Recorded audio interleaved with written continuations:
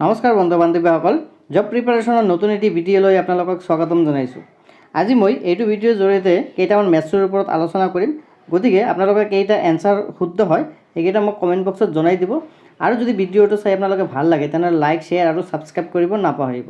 তো বলক আমি এটা এটাকৈ কুৱেশ্যনবিলাক আমি এতিয়া চাই যাওঁ। তো ইয়াতে হ'ল শূন্য সংখ্যাটো বাদ দিলে পূৰ্ণ সংখ্যাৰ সংহতিটো হ'ব। অৰ্থাৎ আমি জানো যে পূৰ্ণ সংখ্যা সাধাৰণতে 0ৰ পৰা আৰম্ভ হয়, 0, 1, 2, 3, 4 এনেকৈ গৈ থাকিব। আৰু ইয়াত কি কৈছে যে শূন্যটোক বাদ দিব দিয়ে, গতিকে ইয়াৰ পৰা আমি এইটো কেঞ্চেল কৰি দিলোঁ। তেনেহ'লে ইয়াৰ ষ্টাৰ্টিংটো ক'ৰ পৰা হ'ল, 1ৰ পৰা ষ্টাৰ্টিং হ'ল, 1, 2, 3 এনেকৈ গৈ থাকিব। গতিকে 1, 2, 3ৰ পৰা যদি ষ্টাৰ্ট হয় তেনেহ'লে সেইটো হ'ব এটা কি স্বাভাৱিক সংখ্যা। অৰ্থাৎ স্বাভাৱিক সংখ্যা 1ৰ পৰা আৰম্ভ হয়, গতিকে ইয়াৰ শুদ্ধ উত্তৰ হ'ব ডি। এইবাৰ নেক্সট কুৱেশ্যনটো চাওঁ। 0.999ৰ ঠাইত 1 লিখিলে কিমান ভুল হ'ব? অৰ্থাৎ এই ক্ষেত্ৰত আমি কি কৰিব লাগিব, 1ৰ পৰা এই সংখ্যাটোক আমি মাইনাছ কৰিব লাগিব, যিহেতু ভুল হৈছে। গতিকে আমি কি কৰিম, আপোনালোকে মনত ৰাখিব যে যেতিয়া আপোনালোকে ডেচিমেলৰ প্লাছ বা মাইনাছ কৰিব তেতিয়া ডেচিমেলটো আপোনালোকে ঠিক পজিশ্যনত ৰাখিব লাগিব, নহ'লে কিন্তু অংকটো ভুল হৈ যাব।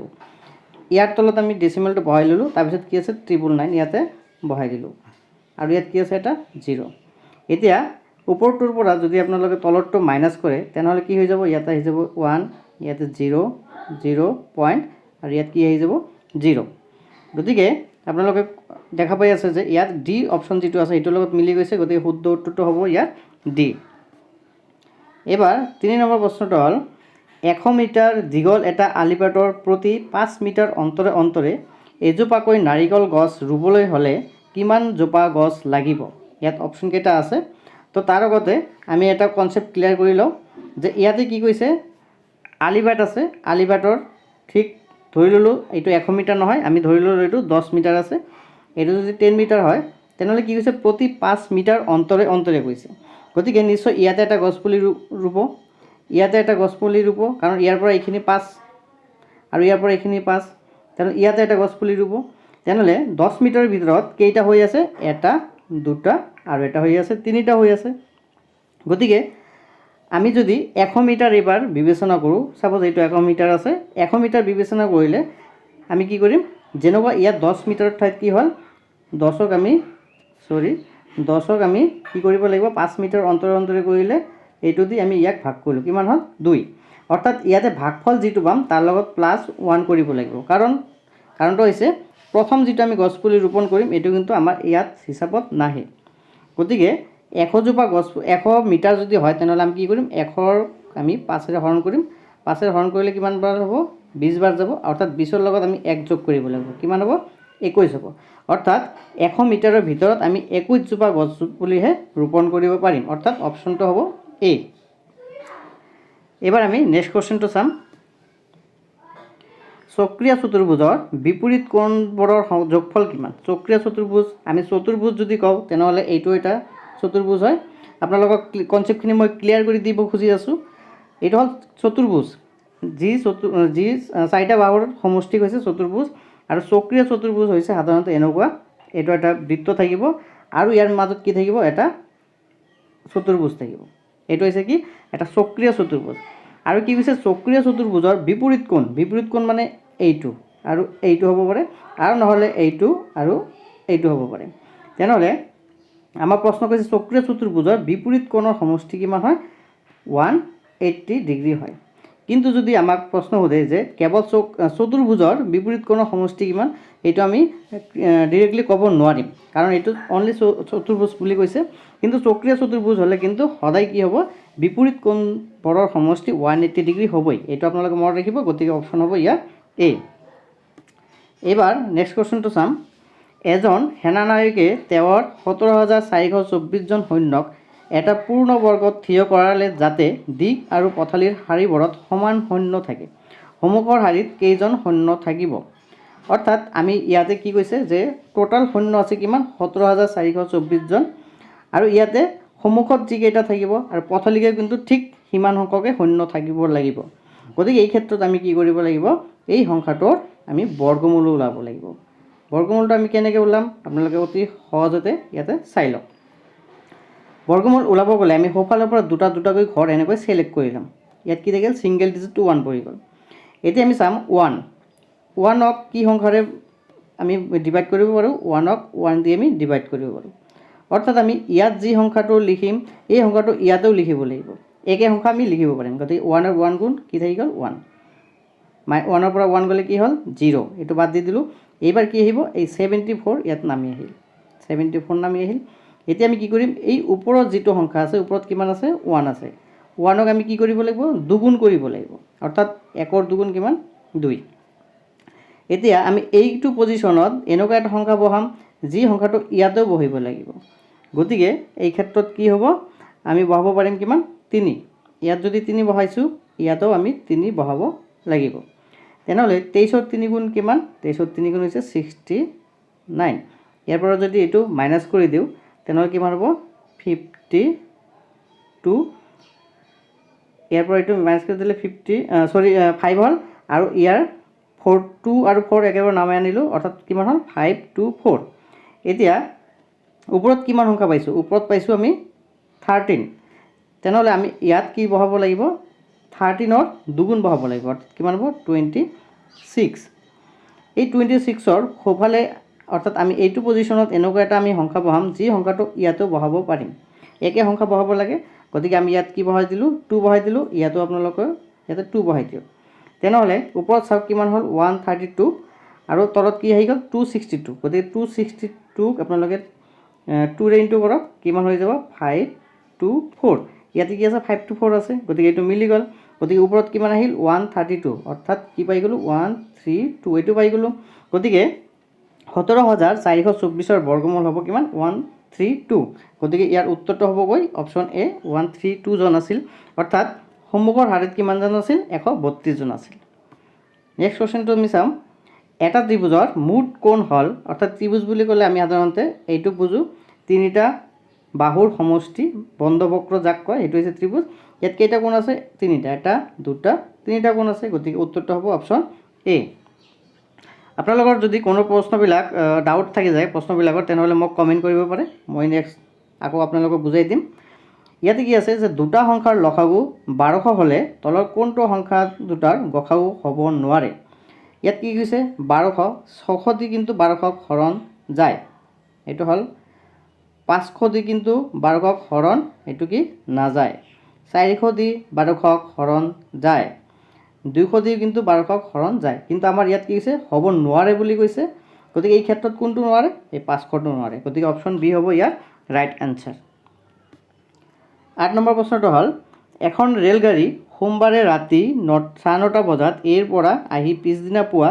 6:15 বজাত বি পালে এৰ পৰা বি লৈ যাওতে সময় কিমান লাগি গৈছে অৰ্থাৎ ইয়াত কি কৈছে 9:30 ৰ পৰা ৰাতিপুৱা 6:15 গতিকে 9:30 ৰ লগত যদি আমি আড়াই ঘণ্টা যোগ কৰো তেনেহলে ৰাতি 12টা হল অৰ্থাৎ ইয়াতে আড়াই ঘণ্টা অৰ্থাৎ 2 ঘণ্টা 30 মিনিট আৰু ইয়াত কি কিমানটা বাজিছে 6:15 গতিকে আগত আমি 6 ঘণ্টা পালো আৰু কি পালো 15 মিনিট আমি এক্সট্ৰাকে যোগ কৰি দিলো এতিয়া আমি চাও এই দুইটো হৈছে ঘণ্টা আৰু 6 হৈছে ঘণ্টা গতিকে 2 + 6 কিমান হৈ গ'ল 8 হৈ গ'ল আৰু ইয়াত থাকিল আধা ঘণ্টা আৰু ইয়াত থাকিল 15 মিনিট তেনেহলে কিমান হৈ গ'ল 30 + 15 45 মিনিট হৈ গ'ল অৰ্থাৎ 8 ঘণ্টা 45 মিনিট হ'ব ইয়াৰ শুদ্ধ উত্তৰ গতিকে অপচন সি হ'ব 8 ঘণ্টা 45 মিনিট নেক্সট চাও আমি 28 সেন্টিমিটাৰ পৰিসীমা বিশিষ্ট সামন্তৰিক এটাৰ এটা বাহুৰ দিক 8 সেন্টিমিটাৰ হলে বাহু কেইটাৰ মাপ কিমান ইয়াত কি আছে সামন্তৰিকৰ কথা কৈছে গতিকে সামন্তৰিকটো আমি ইয়াতে আগত ড্ৰ কৰি ললো তেনেহলে বস্তুবিলাক ক্লিয়াৰ হৈ যায়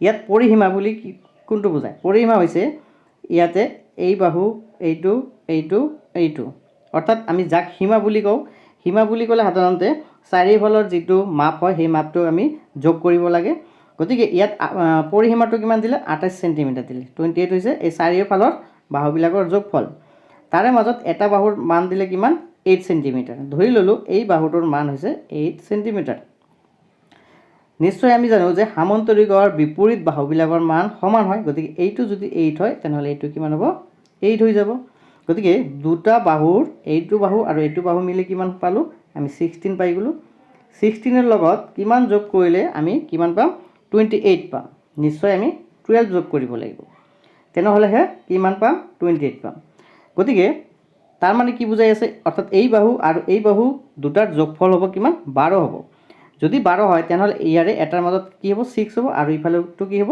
6 হৈ যাব তো আলটিমেটলি আমি কিমান পালোঁ 8 6 8 6 8 6 8 6 পালোঁ গতিকে উত্তৰটো হ'ব কি অপশ্যন সি নেক্সট আমি চাম আয়ত এটাৰ দিক আৰু প্ৰস্থ দুগুণ কৰি বৃদ্ধি কৰিলে ইয়াৰ কালি কিমান বৃদ্ধি পাব ধৰি ল'লোঁ দিকটো আমি এক্স আৰু প্ৰস্থটো ৱাই বুলি ধৰি ল'লোঁ এতিয়া আমি জানো যে আয়তৰ কালি ফৰ্মুলা হৈছে কি দিক পূৰণ প্ৰস্থ গতিকে এই ক্ষেত্ৰত দিক পূৰণ প্ৰস্থ হৈ আছে অৰ্থাৎ কি হৈ আছে এক্স ৱাই এইবাৰ আমাক কোৱেশ্যনত দিলে যে প্ৰস্থ দিক আৰু প্ৰস্থ যদি আমি দুগুণ কৰোঁ দুগুণ বৃদ্ধি কৰি দিওঁ তেনেহ'লে দুগুণ কৰিলে দিকটো কি হৈ যাব 2x হৈ যাব প্ৰস্থটো কি হৈ যাব 2y হৈ যাব কাৰণটো কি দুগুণ বৃদ্ধি কৰিব কৈছে গতিকে এই দুটাক যদি আমি পূৰণ কৰোঁ কিমান হৈ যাব 4xy এনে নৰ্মেলি আমি কিমান পাইছিলোঁ xy বৰ্তমান আমি কিমান পালোঁ 4xy গতিকে ইয়াতকৈ এইটো কিমান গুণ বৃদ্ধি পালে অৰ্থাৎ 4 গুণ বৃদ্ধি পাইছে ইয়াতে কি লিখা আছে 4 গতিকে উত্তৰটো হ'ব কি ইয়াৰ সি অৰ্থাৎ 4 গুণ বৃদ্ধি পাইছে নেক্সট হ'ল 3x + 1 > 10 অসমীকৰণটোৰ সমাধান হ'ব ইয়াত কি লিখা আছে একদম সিম্পল এইবিলাক 1 > 10 তেনেহ'লে কি হৈছে 10x 10 1ক যদি আমি ইফালে লৈ আহোঁ তেনেহ'লে কি হ'ব মাইনাছ হ'ব কি থাকি গ'ল 3x > 9 therefore এই 3 আৰু xৰ মাজত কি হৈ আছে পূৰণ চিন আছে পূৰণ চিন যদি থাকে তেনেহ'লে আমি যদি সাইডটো চেঞ্জ কৰি তেনেহ'লে কি হ'ব হৰণ হৈ যাব অৰ্থাৎ তলত যায় গতিকে 3 দি নক কাটো তেনেহ'লে কিমান বাৰ যাব 3 বাৰ যাব অৰ্থাৎ আলটিমেটলি কি হ'ল x > 3 পাই গ'লোঁ গতিকে উত্তৰটো হ'ব ইয়াৰ অপশ্যন এ x > 3 নেক্সট আমি 12 নম্বৰ ZPD ধাৰণাটো কোন মনোবিদে আগবঢ়াইছিল ইয়াৰ উত্তৰটো হ'বগৈ অপশ্যন এ ভাইগটক্সিয়ে আপোনালোকে এইবিলাক মনত ৰাখিব নেক্সট কুৱেশ্যনটো চাম ত্ৰিকোণমিতিৰ জ্ঞান দিবলৈ ব্যৱহাৰ কৰা হয় কোনটো ইয়াৰে চাৰিটা অপশ্যন আছে কোনটো ইয়াৰে ব্যৱহাৰ কৰা হয় ক্লিনোমিটাৰ যেটো আছে সেই ক্লিনোমিটাৰক ত্ৰিকোণমিতিক জ্ঞান দিবলৈ ব্যৱহাৰ কৰা হয় 14 নম্বৰ হ'ল এজন বেপাৰীয়ে কল এথোক 375 টকাৰে কিনিলে তেওঁ যদি কলথোক বেছি 85 টকা লাভ কৰিব বিচাৰে তেন্তে কিমান টকা বিক্ৰী কৰিব লাগিব অৰ্থাৎ যেহেতু তেওঁ লাভ কৰিব বিচাৰিছে গতিকে নিশ্চয় আমি কি কৰিম প্লাস কৰিব লাগিব অৰ্থাৎ 375 + 85 যদি আমি প্লাস কৰি দিওঁ কিমান হ'ব 5 5 যোগ কৰিলে তো 1 থাকি গ'ল 8 8 16 কিমান হৈ গ'ল 460 অৰ্থাৎ ইয়াৰ উত্তৰটো হ'ব অপশ্যন এ 460 নেক্সট কুৱেশ্যনটো আমি চাওঁ কোনো এটা কাম এ 8 দিনত কৰিব পাৰে 8 দিনত এ কমপ্লিট কৰে আৰু সেই কামটো বি এ কিমান দিনত কৰে 12 দিনত কৰিব পাৰে এতিয়া কথা হ'ল যে এ আৰু বি এ একেলগে যদি সেই কামটো কৰে তেনেহ'লে কিমান দিনত সম্পূৰ্ণ কৰিব এতিয়া ধৰি লোৱা হ'ল যে এ কৰি আছে কিমান দিনত সেই কামটো 8 দিনত শেষ কৰিব তাৰ 8 দিন লাগে তেনেহ'লে এ যদি 1 দিনত কিমানখিনি কৰিব তেনেহ'লে তাৰ মুঠ লাগে 8 দিন তেনেহ'লে 1 দিনত কৰিব কিমান 8/1 অংশহে কৰিব তেওঁ কাৰণ তাৰ 1 দিনত 2 দিনত কিমান কৰিব 8/2 অংশ 5 দিনত কিমান কৰিব 8/5 অংশ তেনেহ'লে 8 দিনত কিমান কৰিব 8/8 অংশ তাৰ মানে সেই কামটো তেওঁ ফিনিশ কৰি ঠিক তেনেকৈ এ কিমান কৰিলে 1/8 আৰু বিৰ কিমান দিন লাগে টোটাল লাগে তাৰ কিমান দিন 12 দিন এতিয়া আমি বিৰ 1 দিনৰ কিমানখিনি কৰিব 1 দিনত তেওঁ 12/1 অংশহে কাম কৰিব এতিয়া আমাৰ প্ৰশ্নত কি কৈছে যে একেলগে কৰিব দিছে একেলগে যদি কৰে তেনেহ'লে আমি কি কৰিম এইটো প্লাস কৰি দিব লাগিব তেনেহ'লে 8 আৰু 12ৰ লসাগু কিমান 24 যদি হয় তেনেহ'লে ইয়াত কিমান আহিব 3 আৰু ইয়াত আহি গ'ল 2 কিমান হৈ গ'ল 5/24 এতিয়া আমি কি কৰিম কামৰ ক্ষেত্ৰত অংকবিলাক আপোনালোকে 5/24 হৈছে গতিকে এই বস্তু উলটাই ল'ব 24/5 গতিকে 24/5 যদি হয় তেনেহ'লে আমি কি কৰিম 5ৰে 24ক হৰণ কৰিম 24ক হৰণ কৰিলে কেইবাৰ যাব 4 ইয়াতে হৈ গ'ল 20 ইয়াত থাকি গ'ল 4 যেহেতু 5 দি 4 হৰণ নাযায় গতিকে ইয়াতে এটা পইণ্ট দিলোঁ পইণ্ট দিয়াৰ পিছত ইয়াতে আমি এটা 0 বহাব পাৰোঁ গতিকে 5 দি যদি 40ক ভাগ কৰোঁ কেইবাৰ যাব 8 বাৰ যাব গতিকে কিমান হৈ গ'ল 4.8 হৈ গ'ল গতিকে ইয়াৰ উত্তৰটো হ'ব অপশ্যন ডি 4.8 দিনত এই দুজনে কামটো কৰিব পাৰিব নেক্সট আমি চাওঁ কোনটো স্বাভাৱিক সংখ্যা মৌলিকো নহয় যৌগিকো নহয়। তো আপোনালোকে এইবিলাক ক্লিয়াৰ কৰাৰ আগতে মৌলিক সংখ্যা কি? মৌলিক সংখ্যা হৈছে যিবিলাক সংখ্যাৰ উৎপাদক থাকিব দুটা, সেই সংখ্যাবিলাকক মৌলিক সংখ্যা বুলি কয়। আৰু যৌগিক সংখ্যা কি? যিবিলাক সংখ্যাৰ উৎপাদক তিনিটা বা তাতকৈ বেছি থাকে সেইবিলাকক কোৱা হয় যৌগিক সংখ্যা। গতিকে ডেফিনেশ্যনবিলাক আপোনালোকে ক্লিয়াৰ কৰি ৰাখক, এইবিলাক আপোনালোকৰ ইজি হৈ যাব। গতিকে এই ক্ষেত্ৰত কি কৈছে? ইয়াত কি কৈছে? মৌলিকো নহয় যৌগিকো নহয় বুলি কৈছে। গতিকে উত্তৰটো হ'ব কি? অপশ্যন বি, অৰ্থাৎ ওৱানটো হ'ব মৌলিকো নহয় যৌগিকো নহয়। কাৰণ ওৱানৰ উৎপাদক কেইটা? ওৱানে হয়, এটাই পালোঁ। গতিকে ই মৌলিক সংখ্যাত নপৰে, কাৰণ মৌলিক সংখ্যা হ'বলৈ দুটা উৎপাদক লাগিব, যৌগিক সংখ্যা হ'বলৈ কমচে কম তিনিটা উৎপাদক লাগিব। গতিকে এই ক্ষেত্ৰৰ মাজত ওৱানটো এটাতো নপৰে। গতিকে এই ক্ষেত্ৰত হ'ব অপশ্যন বি। 17 নম্বৰ প্ৰশ্ন হ'ল, এজন মানুহে দক্ষিণৰ দিশত 7 কিলোমিটাৰ যোৱাকৈ দিশত 3 কিলোমিটাৰ পূবলৈ গ'ল। তাৰপিছত মানুহজনে 3 কিলোমিটাৰ উত্তৰলৈ গ'ল। মানুহজনে আদি স্থানৰ পৰা কিমান দূৰ গ'ল? অৰ্থাৎ কি কৈছে? তেওঁ কি কৰিলে? দক্ষিণলৈ গ'লে। গতিকে আমি ধৰি ল'লোঁ এইটো দক্ষিণ ছাইড আছে, এনেকৈ ধৰি ল'লোঁ। দক্ষিণ মানে কোনটো? এইফালে আহিছে, এইটো হ'ল দক্ষিণ। কিমানখিনি আহিল? দক্ষিণৰ দিশত 7 কিলোমিটাৰ গ'ল। তো আমি ধৰি ল'লোঁ ইয়াৰ পৰা এইখিনিলৈকে 7 কিলোমিটাৰ আছে। তাৰপিছত কি ক'লে? পূবলৈ তেওঁ 3 কিলোমিটাৰলৈকে গ'ল। ধৰি ল'লোঁ পূব, এইটো পূবত তেওঁ কিমান গ'লে? 3 কিলোমিটাৰ গ'লে। তাৰপিছত মানুহজনে 3 কিলোমিটাৰ উত্তৰলৈ গ'ল। আকৌ ইফালে গ'লে, এইটো হ'ল উত্তৰ ছাইড, এইখিনিলৈকে তেওঁ ৰেষ্ট ল'লে। মানুহজনে আদি স্থানৰ পৰা কিমান দূৰলৈ গ'ল? আদি স্থান মানে কোনটো? এইটো হৈছে আদি স্থান। আদি স্থানৰ পৰা এইখিনিৰ দূৰত্ব কিমান? এইটো ওলাব দিলে। তো ইয়াৰ পৰা এইখিনি কিমান? 3 কিলোমিটাৰ। আকৌ মানুহজন ওপৰলৈ কিমানখিনি গ'ল? অৰ্থাৎ উত্তৰলৈ কিমানখিনি গ'ল? 3 কিলোমিটাৰ। তো এইখিনি আমি এটা কি কৰিব পাৰোঁ? ইয়াতে জইন কৰি দিব পাৰোঁ। গতিকে এইটো যদি 3 হয়, এইখিনি মান কিমান হ'ব? 3 হৈ গ'ল। আৰু এইখিনি মান কিমান হ'ল? 4। গতিকে আমি এইটো এটা কি পালোঁ? সমকোণী ত্ৰিভুজ পালোঁ। আৰু সমকোণী ত্ৰিভুজৰ ক্ষেত্ৰত পাইথাগোৰাছৰ সূত্ৰ এপ্লাই কৰিব পাৰোঁ। গতিকে আমি কি কৰিম? পাইথাগোৰাছৰ সূত্ৰ আছিল কি? কৰ্ণ স্কোৱাৰ ইকুৱেল ভূমি স্কোৱাৰ প্লাছ লম্ব স্কোৱাৰ। গতিকে এই ক্ষেত্ৰত ভূমি কিমান? 3, গতিকে x স্কোৱাৰ কৰিলোঁ। আৰু লম্ব কিমান? 4, গতিকে x স্কোৱাৰ কৰিলোঁ। ইকুৱেল কৰ্ণ মানে কি? এইডালক কৰ্ণ বুজাই আছে। কৰ্ণক আমি যদি x বুলি ধৰোঁ তেনেহ'লে x স্কোৱাৰ। 3 স্কোৱাৰ মানে কিমান? 9, 4 স্কোৱাৰ মানে কিমান? 16, ইকুৱেল x স্কোৱাৰ। তেনেহ'লে এই দুটা যোগ কৰিলে কিমান হ'ব? 25, ইকুৱেল x স্কোৱাৰ। 25ক কি লিখিব পাৰোঁ? 5 স্কোৱাৰ, আৰু ইফালে থাকিল x স্কোৱাৰ। এই স্কোৱাৰ আৰু স্কোৱাৰ কাটা গ'ল, কিমান থাকি গ'ল? x equal 5।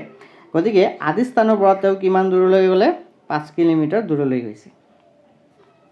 নেক্সট আমি চাম শ্ৰেণী মধ্যবিন্দু হ'ল, ইয়াৰে কোনটো হ'ব? শ্ৰেণী মধ্যবিন্দু হ'ব কোনো শ্ৰেণীৰ নিম্ন সীমা আৰু উচ্চ সীমাৰ গড়। ধৰি লোৱা হ'ল যে কোনো এটা শ্ৰেণীৰ নিম্ন সীমা 2 আছে আৰু উচ্চ সীমা 4 আছে। তেনেহ'লে মধ্যবিন্দু কি হ'ব? 2 + 4 / 2।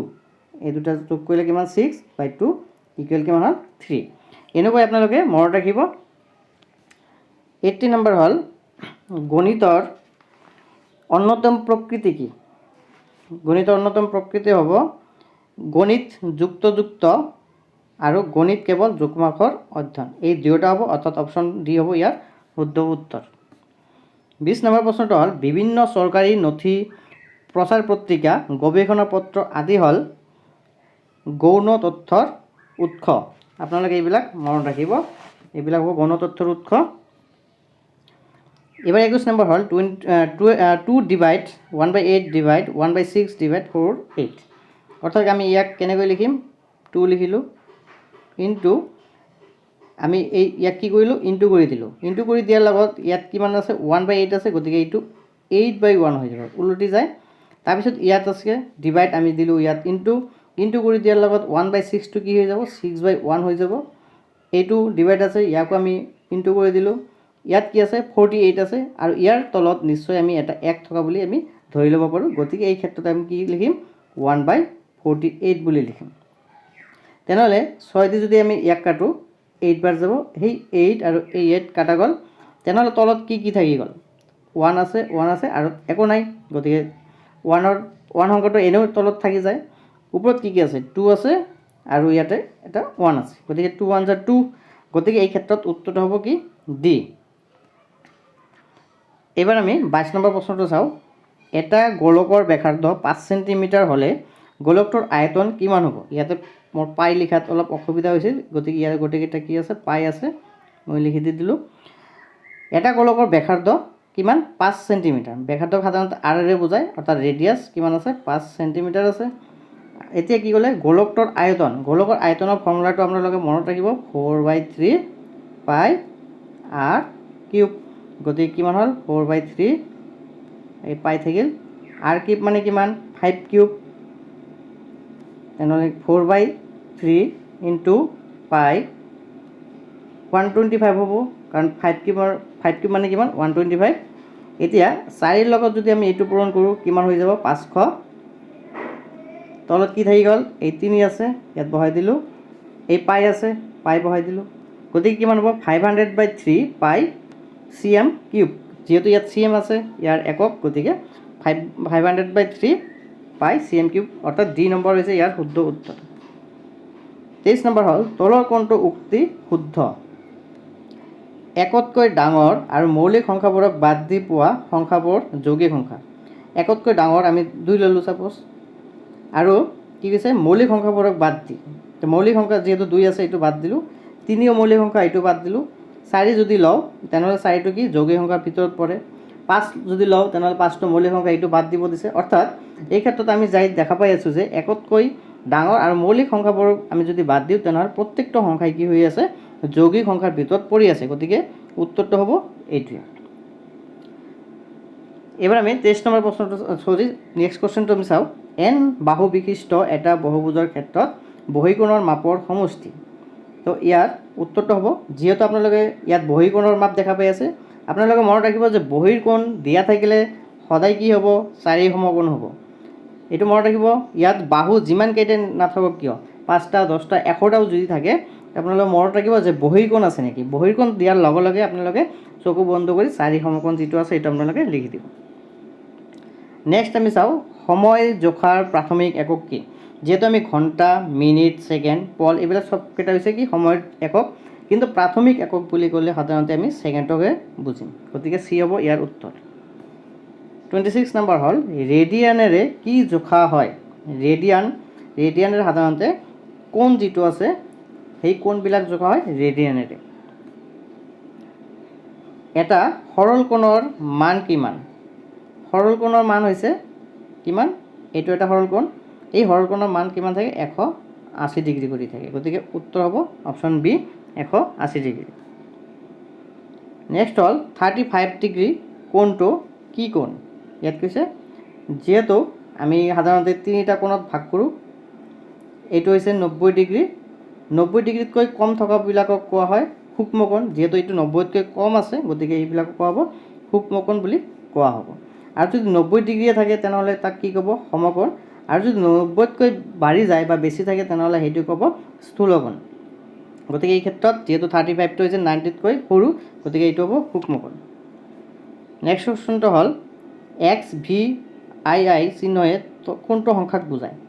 এইটো হৈছে ৰোমান সংখ্যা এটা। গতিকে ৰোমান সংখ্যা X মানে হৈছে কি? 10, V মানে হৈছে 5, আৰু II যি দুটা আছে সেইটো হৈছে 1 + 1। গতিকে 15, 16, 17। গতিকে শুদ্ধ উত্তৰটো হ'ব অপশ্যন চি, 17 হ'ব ইয়াৰ শুদ্ধ উত্তৰ। এবাৰ আমি নেক্সট কুৱেশ্যন চাওঁ, অৰ্থাৎ এইটো ভিডিঅ'ৰ লাষ্ট প্ৰশ্ন। 18ৰ মৌলিক উৎপাদকবোৰ কি কি? গতিকে 18 যদি আছে কি কি পাম? 1 × 18 লিখিব পাৰোঁ, 2 × 9 লিখিব পাৰোঁ, 3 × 6 লিখিব পাৰোঁ। গতিকে মৌলিক উৎপাদক বুলি ক'লে সাধাৰণতে মৌলিক সংখ্যা যিবিলাক আছে আমি এইবিলাক ল'ব লাগিব। ইয়াত কি কি পালোঁ? 2 পালোঁ, 3 পালোঁ, 6 নহ'ব, 9 নহ'ব, 18 নহ'ব। গতিকে মৌলিক উৎপাদকবিলাক হ'ব 2 and 3, অৰ্থাৎ অপশ্যন বি। এইকেইটা আছিল আজিৰ প্ৰশ্ন। আৰু আপোনালোকে ভিডিঅ'টো চাই কেনে পালে নিশ্চয় কমেণ্ট বক্সত জনাব।